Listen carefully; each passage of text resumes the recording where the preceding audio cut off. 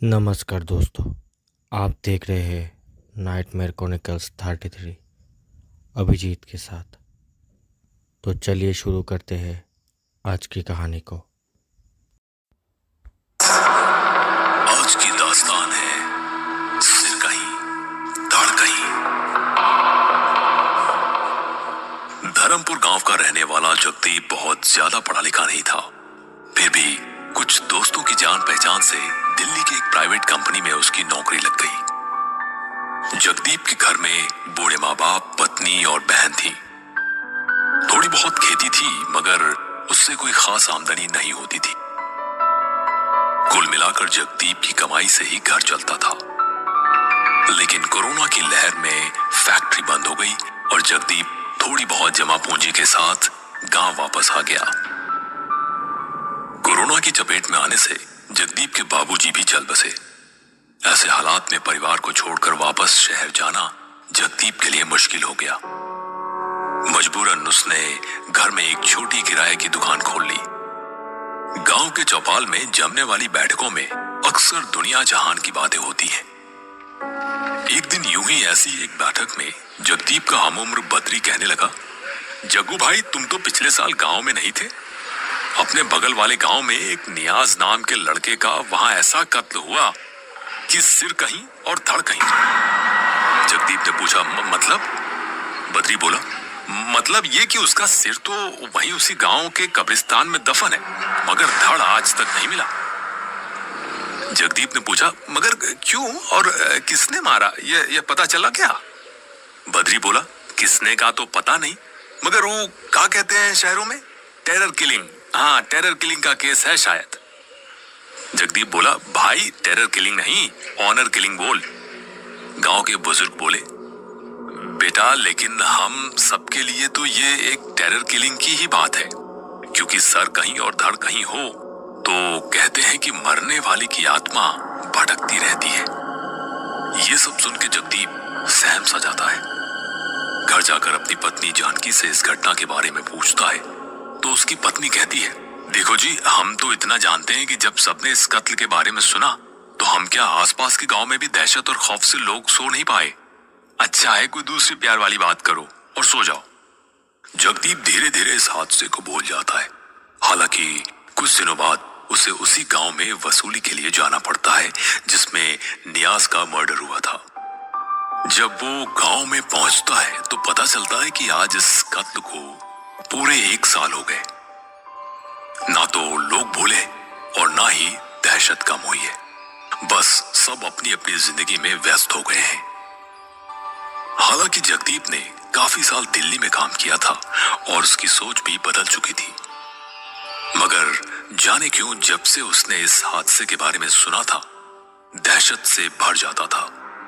भूत, प्रेत, शैतान, साया और न जाने कौन कौन से ख्याल उसके मन में आने लगते थे। इन तमाम ख्यालों के बीच वह अपने पैसों की वसूली में लग गया और शाम होते होते अपने गांव के लिए उसने बस पकड़ ली। जगदीप अपने गांव की तरफ मुड़ने वाली कच्ची सड़क के सामने मेन रोड पर उतरा। उसके घर का रास्ता उसके खेत से होकर जाता था। रात के लगभग 9 बजे थे। चारों तरफ सन्नाटा था, बस कुत्तों के भौंकने की आवाजें आ रही थी और तेज सरसराती हुई हवा डर का माहौल बना रही थी। जैसे ही जगदीप अपने खेत पर पहुंचा, अचानक उसे अपने सामने एक बिना सर का भयानक काला साया दिखाई दिया। यह देखते ही उसकी रूह कांप गई। उसने बड़ी हिम्मत करके पीछे देखा, मगर पीछे कोई नहीं था। डर के मारे जगदीप के पसीने निकल गए। उसने अपने कदमों की चाल तेज कर दी। अभी वह थोड़ा आगे बढ़ा ही था कि अचानक उसे पीछे से आते हुए कुछ कदमों की आहट सुनाई देने लगी। उसके बाद सन्नाटे को चीरते हुए चीखें हवा में गूंजने लगी। उसने चारों तरफ घूम घूम के देखा, मगर दूर तक कोई नहीं था। जगदीप अब बस किसी तरह सब कुछ नजरअंदाज कर घर पहुंचना चाहता था। डरा सहमा जगदीप जैसे ही घर पहुंचा, उसने दरवाजा खटखटाया। पत्नी ने दरवाजा खोला। घर में घुसते ही उसने तुरंत अंदर से दरवाजा बंद कर लिया और पत्नी से एक गिलास पानी देने को कहा। उसकी पत्नी पानी लाई। डरे सहमे जगदीप के मुंह से बड़ी मुश्किल से आवाज निकली। वो बोला, जानकी, अपने खेत के रास्ते में जब मैं आ रहा था तो एक बिना सर का साया मुझे नजर आया। कुछ चीखें भी सुनाई दी, मगर जब मैंने चारों तरफ देखा तो दूर दूर तक कोई नहीं था। जानकी बोली, अब आराम से हाथ मुंह धोकर भोजन कर लो, ऐसा कुछ नहीं है, जरूर आपको कुछ वहम हुआ होगा। जगदीप बोला, आज मैं उसी नियाज के गांव में वसूली के लिए गया था, जिसका धड़ आज तक नहीं मिला। वहां जाकर पता चला कि आज उसको मरे हुए 1 साल हो गए। हो ना हो कहीं ये उसी का भूत तो नहीं। जानकी बोली, अब आप अपने घर में आ गए, सारा टेंशन भूल जाइए। इसके बाद जगदीप भोजन करके सो जाता है। मगर दूसरे दिन गांव की चौपाल की बैठक में वह बीती रात का हादसा सबको बताना नहीं भूलता। यह खबर पूरे गांव में आग की तरह फैल जाती है। खौफ का माहौल कुछ यूं था कि शाम ढलते ढलते लोग अपने घरों में कैद हो जाते थे। फिर भी गांव के कुछ लोग जो शहर गए थे, उन्हें लौटने में रात हो जाती है।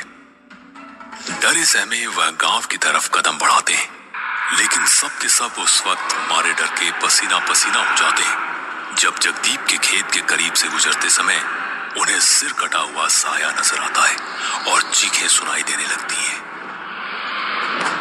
अगले दिन इस खबर की दहशत धर्मपुर के बच्चे बच्चे की आंखों में साफ नजर आती है। शाम होते होते नियाज का गांव उस वक्त दहशत ज़दा हो जाता है जब एक 20 साल का लड़का कब्रिस्तान के रास्ते से दौड़ता हुआ गांव पहुंचता है और बदहवास सा चिल्लाने लगता है, मैंने हवा में उड़ती हुई बिना धड़ की मुंडी देखी। पहले तो किसी ने उसकी बात पर यकीन नहीं किया, मगर जब धर्मपुर के सिर कटे वाले धड़ के साए का जिक्र छिड़ता है तो खौफ से सबके रोंगटे खड़े हो जाते हैं। बिना धड़ की कटी हुई मुंडी की खबर के बाद उस गांव में दहशत से किसी को नींद नहीं आती। यह बात दूसरे दिन पुरानी मजार वाले बाबा तक पहुंचती है। बाबा समझ जाते हैं कि ये नियाज की रूह भटक रही है और हो ना हो नियाज का धड़ धर्मपुर में दफन है। जब तक दोनों को एक साथ दफनाया नहीं जाता, उसकी आत्मा को मुक्ति नहीं मिलेगी। इधर धर्मपुर में लोगों को सर कटे हुए धड़ का साया अक्सर नजर आने लगा, मगर एक अजीब बात यह थी कि यह साया जगदीप के खेत के आसपास ही नजर आता था। बाबा को जब यह बात पता चली तो वो बोले, नियाज का धड़ जगदीप के खेत के आसपास ही कहीं दफन है। इसके बाद पुलिस की मौजूदगी में जगदीप के खेत में खुदाई करवाई गई, जहां नियाज का सिर कटा हुआ धड़ मिल गया। तमाम कानूनी प्रक्रियाओं के बाद धड़ के साथ कटा हुआ सिर दफनाया गया। इसके बाद फिर किसी को ना तो वहां हवा में उड़ती हुई नियाज की मुंडी दिखी और ना ही उसके धड़ का काला साया। हाँ, ये जरूर है कि नियाज के कातिल का रहस्य आज भी रहस्य ही है।